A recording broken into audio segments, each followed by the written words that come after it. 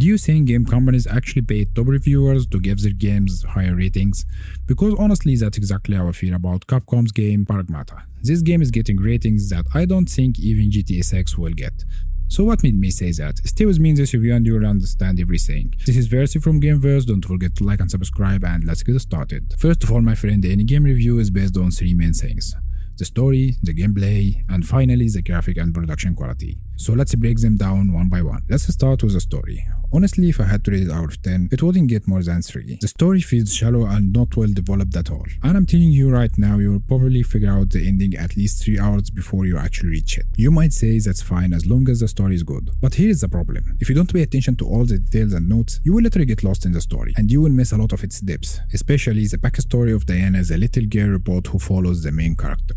And honestly, she is the reason I kept playing. She is more impactful than the main character himself, and she adds a real emotion to the cinematic scenes. Now let me ask you, does the main character even have a presence? Because honestly, even mirror side characters in other games feel more impactful than him. He's slow, cold, and barely reacts to anything. Even with Diana, who brings life to the game, he still feels distant and unresponsive. So the story gets 3 out of 10. Now let's talk about gameplay. Let me ask you something. What makes a gameplay fun? Usually it's either fast-paced action, especially in shooter games, or strong enemies and real challenges that make you excited for the next fight. But here we have a problem. The hacking system ruins the flow of the action. It makes you confused and overwhelmed. You don't know whether to focus on fighting or hacking, especially when there are multiple enemies at once. Now for the side mission. They are basically just small rooms you open to get rewards, but those rewards are not worth it. There is no real challenge, no mini boss fights, nothing just actually tests you. And if you find an area you can't open early on, you will have to come back later, but here's the frustrating part. Enemies you already killed before respawn, so you are forced to fight them again. Honestly, that gets boring really fast. Now the AI. This isn't artificial intelligence, this is artificial stupidity. Enemies move slowly, sometimes freeze in a place, and sometimes attack with no real action or logic.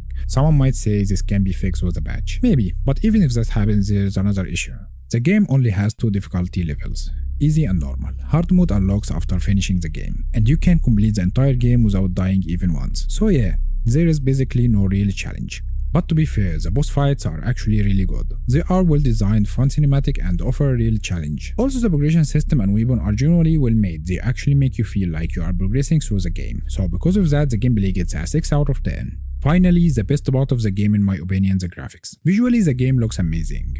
There is a lot of variety in environment and many scenes are truly impressive. But there is one issue though. The spaceship levels are way too long and they can get really annoying. But the outdoor environments look beautiful and full of detail. That's why it gives the graphic an 8 out of 10. Even so, some areas look great from away, but a bit pixelated up close. So in the end, the game isn't bad. It's actually decent. But giving it a 9 out of 10 for a AAA game that's less than 9 hours long and doesn't offer much content is just not fair. And for $60, that's way too much for a game like this. So my final rating is 6 out of 10. And honestly, I don't recommend it to buy it right now, just wait for a discount. Anyway, that's my review. If you like it, just like and subscribe and leave your thoughts in a comment. See you.